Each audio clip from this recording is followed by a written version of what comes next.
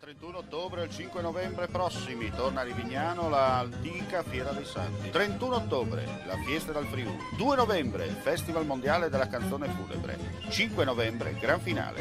Per tutte e 6 le giornate le piazze e vie di Rivignano si trasformeranno con stand gastronomici con prodotti tipici del territorio a chilometro zero, mercatini e tanto divertimento. Non sbagliare, dal 31 ottobre al 5 novembre Fiera dei Santi Rivignano, il cuore pulsante dello Stella.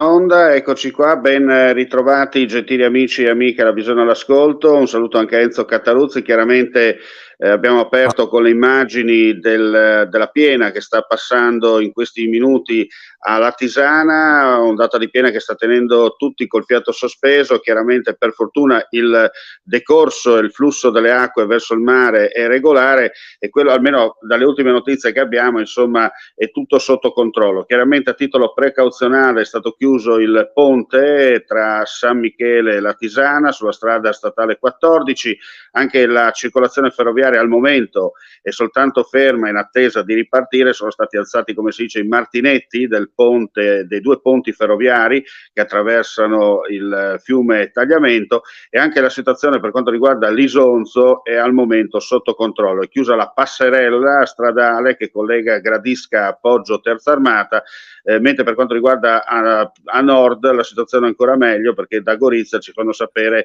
che il peggio è passato. Quello che conta in questo momento è che è stata diramata un'allerta gialla da parte della Protezione Civile del Friuli Venezia Giulia, in vigore fino alle ore 24 di domani, per quanto riguarda più che altro il controllo e l'attenzione a probabili fenomeni di esondazione di corsi d'acqua. Dunque la Protezione Civile, comunque tutti anzi comunicano di fare massima attenzione ed evitare soprattutto di transitare vicino ai corsi d'acqua in questo momento in piena, evitare eventualmente i sottopassi se si sviluppa un temporale, per non rischiare di rimanere, come si dice, bloccati. Allora, buon pomeriggio. Tra l'altro dalle 12 è ripresa anche la circolazione, la regolare circolazione dei mezzi pubblici e anche dei treni, e tutto quello che era stato bloccato dalle ordinanze è stato automaticamente, diciamo così, revocato, e non a caso abbiamo messo anche lo spot della Fiera dei Santi, perché mi hanno comunicato proprio pochi minuti prima di andare in onda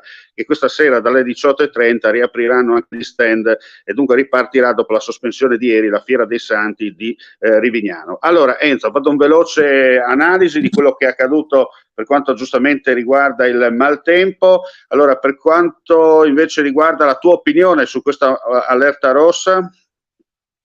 Qualcuno dice che è stata un po' esagerata, qualcuno dice di no, perché effettivamente nella zona montana, nella bassa, e soprattutto per l'allerta dei fiumi, io penso hanno fatto anche bene. È meglio fare un'allerta rossa che non tollerare magari situazioni che poi potrebbero creare delle conseguenze drammatiche. Quindi siamo abituati ormai, eravamo abituati già da tempo, per cui in Friuli penso non ci siano problemi, ecco. Siamo tornati alla normalità, quindi piano piano, insomma, ognuno si farà le sue considerazioni. Considerazioni invece che vorrei fare sul dibattito politico che riguarda un po' il terzo mandato in Chiaramente regione. adesso cambiamo argomento, ecco. Adesso cambiamo argomento. Il terzo mandato in regione, no, dove è proposto da Federica, la maggioranza verso il sì, il contrario invece l'opposizione. Allora vediamo le posizioni effettivamente dei vari partiti. Si dice che Federica voglia fare il terzo mandato anche perché dovrà trovare uno sbocco anche in futuro. A Roma probabilmente è sfumata questa possibilità, come pure è sfumata quella in Europa, quindi non resta che continuare a battersi in regione. Questo è il motivo che i maligni dicono si è ritagliato un posto per il futuro. Io penso invece che non è così. È giusto dare il terzo mandato? Io direi di più. Potrebbero fare, anche perché uno si mette in gioco, se viene eletto, se no va a casa, va un altro, insomma, non è un Certo. problema. Come non sarebbe un problema, in mio modo di vedere, rivedere un po' tutta la situazione che riguarda i sindaci.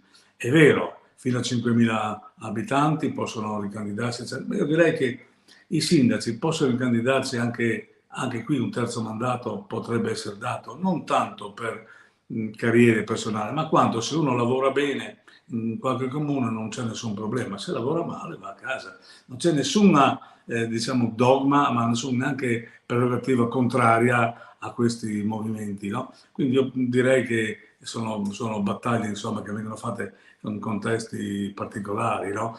Adesso abbiamo visto che proprio oggi è passata la riforma nazionale sul premierato e quindi io penso che i partiti si agganceranno a questo treno per poter fare le Diciamo al riforme. momento è una proposta da parte del governo, della maggioranza, deve ancora fare poi tutto Proposta, l'iter però, parlamentare, insomma, cioè, c'è andare un po' cauto su questa cosa. è la proposta che io penso vada a buon fine, anche perché non toccando le prerogative del capo dello Stato, praticamente, questa è una cosa un po' bizzarra, non toccando le prerogative del capo dello Stato, però viene eletto un premier che però non può in qualche modo né nominare né revocare i ministri. Ecco, questo potrebbe essere un po' una contraddizione in termini, no? Nel senso che, cioè, è vero, si elegge una maggioranza e qualora questa maggioranza non trova un altro sub presidente deve tornare al voto. Vabbè, insomma, è una questione.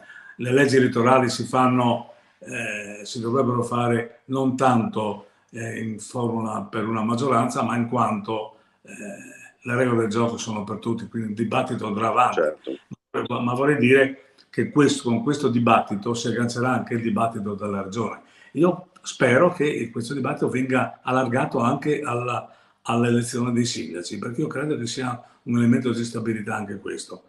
È chiaro che adesso la Lega farà un vertice per capire se queste proposte sono giuste, se sono sbagliate e qual è la loro posizione. La posizione sarà preponderante quella di Fratelli d'Italia, perché in qualche modo ha la golden share sia del governo sia della regione, e naturalmente Forza Italia dovrà seguire perché non ha altra soluzione, insomma. Anche se l'idea del compianto Berlusconi, insomma, era questa, insomma, quella di dare una svolta abbastanza chiara per non avere molti governi come qui. Sì, però poi permettimi Enzo di sottolineare, si rischia di cadere nella solita minestra all'italiana, come sottolineato tu, no? Cioè nel senso eleggere il primo ministro e poi alla fine comunque è il capo dello Stato che può decidere o meno, perché giustamente il capo dello Stato viene riservata il ruolo di garante, no? Come si dice in questi casi, cioè, forse sarebbe meglio cambiare il discorso, diciamo, eleggi una coalizione, presenta un proprio leader e in base chiaramente ai voti che prende, quello lì ha vinto le elezioni, si presenta dal capo dello Stato in pectore da Presidente del Consiglio che a sua volta poi gli dà l'incarico. Ecco. Cioè, mi sembra un po'... Sì, io la vedo un po' complicata sta cosa del premierato, messa come è stata messa. Difatti è così. Allora, siccome non si vuole intaccare la Costituzione fino in fondo e cambiare quindi le prerogative del Capo dello Stato, altrimenti avremo veramente un problemino, mi pare, in Italia, è chiaro che questa è una via di mezzo. Tant'è che una parte dell'opposizione, vedasi Renzi, la chiama il sindaco d'Italia per dare stabilità. Ci saranno sicuramente degli emendamenti dove andranno a dei patti d'Audes, eccetera.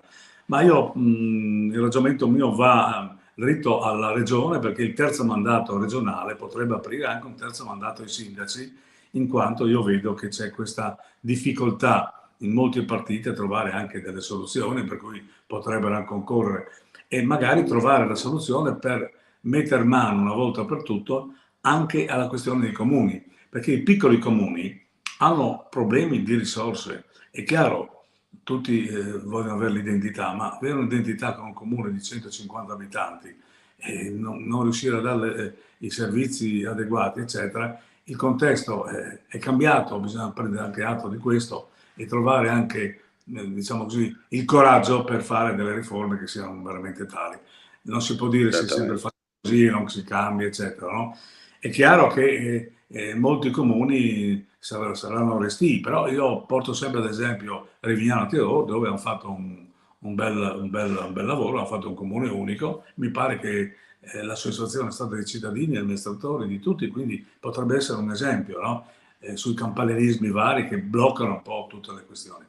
Quindi diciamo che una tornata di riforme può andare anche bene, anche per distogliere un po' sui problemi reali, i problemi che riguardano un po' il nostro tranquillo, perché se noi andiamo a vedere le tasse sono aumentate, i prezzi nei negozi sono aumentati, evidentemente non è causa di questo governo, non è causa del governo prima, ma insomma non sarà causa del destino cinico e baro, insomma pagano sempre quelli.